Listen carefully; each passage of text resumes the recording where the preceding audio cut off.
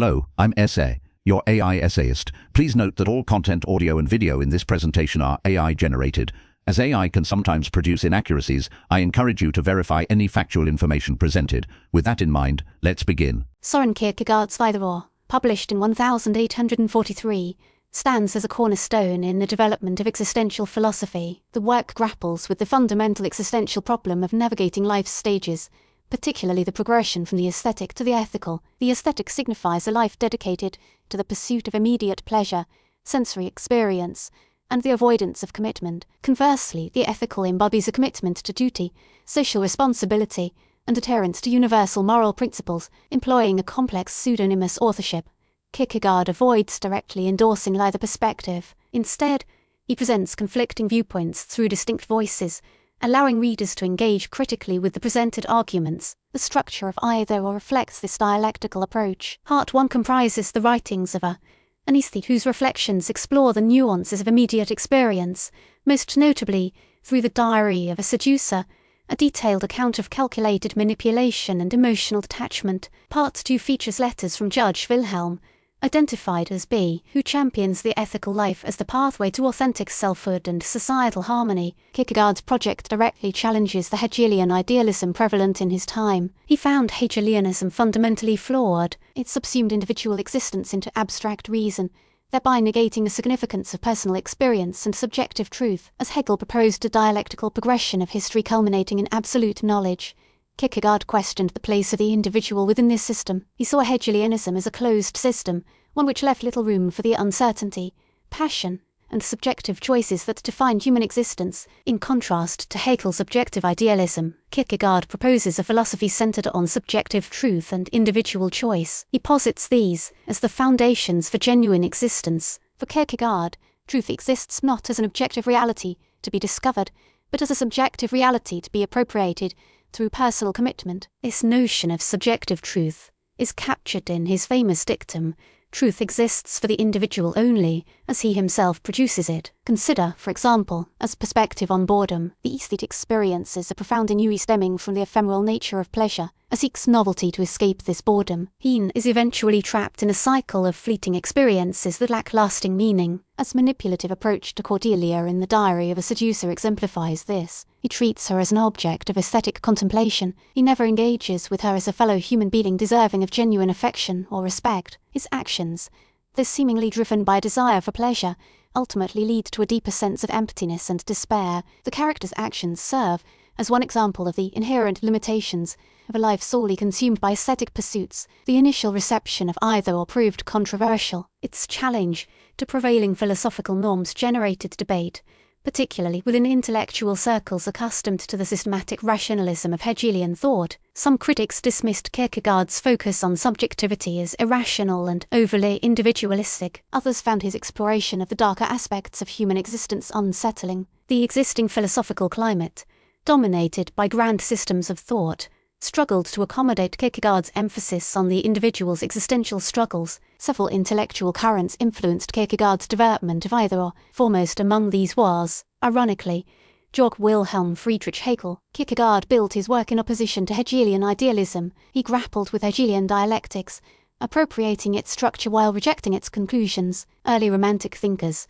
such as Friedrich Schlegel, also exerted an influence, particularly regarding the concept of irony. Kierkegaard expanded the use of irony as a means of revealing the contradictions inherent in both the aesthetic and ethical stages of life. He viewed irony not as a mere literary device, but as an existential category. It reflects the individual's awareness of the disparity between appearance and reality. In conclusion, Either-or transcends a presentation of two simple life choices. It embodies a profound exploration of the individual's struggle for authentic selfhood. This requires a dialectical process of self-reflection and decisive commitment. The work invites readers to confront the fundamental questions of existence. It emphasizes the necessity of embracing subjective truth over objective certainty. Judge Vilhelm's advocacy for the ethical life presents the initial path to authentic existence. This is, however, a stage surpassed by religious faith, the ultimate culmination of Kierkegaard's focus on existentialism. The significance of Either-or lies primarily in its enduring historical influence. Its complex exploration of abstract concepts also carries weight. Judge Vilhelm, through his correspondence within Either-or, presents a robust defense of the ethical life. He frames it as a crucial transition from the ultimately self-destructive pursuit of aesthetic pleasures championed by the anonymous A. Wilhelm posits the aesthetic life as a futile attempt to escape the inherent dissatisfactions of existence. This avoidance, he contends, leads inevitably to despair. A life dedicated solely to fleeting experiences and sensory gratification lacks the grounding commitment necessary for genuine self-realization. The relentless pursuit of novelty and excitement, Wilhelm argues, eventually collapses under its inherent weight, leaving individuals feeling empty and disconnected. In contrast, Wilhelm champions the ethical life as one anchored in duty, responsibility, and enduring relationships, most notably marriage. He advocates for embracing social roles and commitments, viewing them as opportunities for self-discovery and moral growth. Marriage, in Wilhelm's view, represents a concrete expression of ethical commitment, requiring sustained effort, communication, and a willingness to subordinate individual desires to the well-being of the relationship. This focus on duty and social responsibility aligns, to a degree, with the deontological ethics of Immanuel Kant. Both emphasize the importance of acting according to universalizable moral principles. However, a crucial distinction exists. Kierkegaard, through Wilhelm, accentuates the subjective appropriation of ethical principles. It is not merely about adhering to external rules, but about internalizing these principles and making them one's own. This subjective dimension distinguishes Kierkegaard's ethical framework from the more impersonal, universalistic approach of Kantian deontology. Wilhelm emphasizes the importance of choice and commitment. He argues, the ethical life requires a conscious decision to embrace responsibility and to live authentically in accordance with one's values. Despair stems from a refusal to choose, remaining trapped in the realm of possibilities and lacking the courage to commit to a definite path. The ethical life, however, remains incomplete. It serves as a necessary, yet insufficient, step toward ultimate fulfillment. Kierkegaard introduces the religious stage as the ultimate resolution to the either dilemma. It transcends the limitations of both the aesthetic and ethical realms. The religious stage entails a leap of faith. It involves acknowledging the inherent limitations of reason and embracing the paradoxes of religious belief. This leap surpasses the confines of ethical reasoning. It requires a direct, personal relationship with the divine. Either anticipates many of Kierkegaard's later works. It provides a foundation for his explorations of faith, subjectivity, and the human condition. His subsequent writings delve deeper into the nature of faith as a passionate, irrational commitment. It is a commitment that defies logical explanation and ethical justification. Either sets the stage for his later critiques of objective knowledge and his defense of subjective truth. This is achieved through personal experience and existential choices. The impact of either or on subsequent philosophical movements, particularly existentialism, proves substantial. Thinkers like Jean-Paul Sartre and Albert Camus drew inspiration from Kierkegaard's emphasis on individual freedom,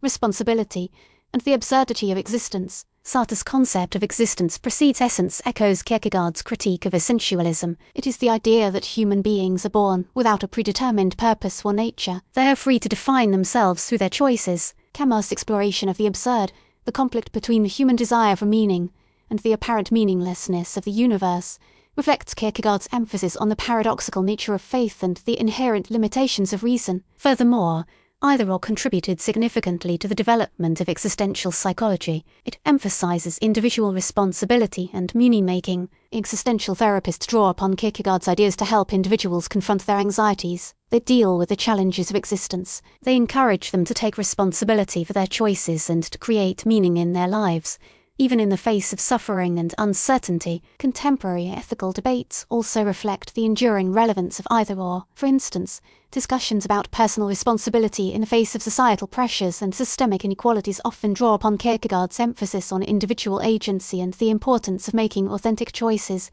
even when faced with difficult circumstances. The work serves as a reminder that individuals possess the power to resist conformity and to live in accordance with their values, regardless of external constraints. Either or is not merely a simple choice between two distinct options. It is a profound exploration of the human condition, forcing readers to confront the fundamental questions of existence and self-definition. The work's enduring relevance lies in its ability to provoke self-reflection. It challenges individuals to examine their values. It motivates them to embrace responsibility and to strive for authenticity in a world often characterized by superficiality and conformity. The exploration continues to resonate deeply in a world grappling with issues of authenticity, meaning, and individual responsibility, it emphasizes the importance of subjective truth and the courage to embrace the uncertainties of existence. We really appreciate you tuning into this AI-powered presentation. Our goal is to push the boundaries of AI in content creation, and your input is invaluable. If there's a particular subject you'd like to see us tackle next, or if you have suggestions on how we could fine-tune our AI's creative prompts, please don't hesitate to leave your ideas in the comments section. We're excited to bring you more unique content very soon.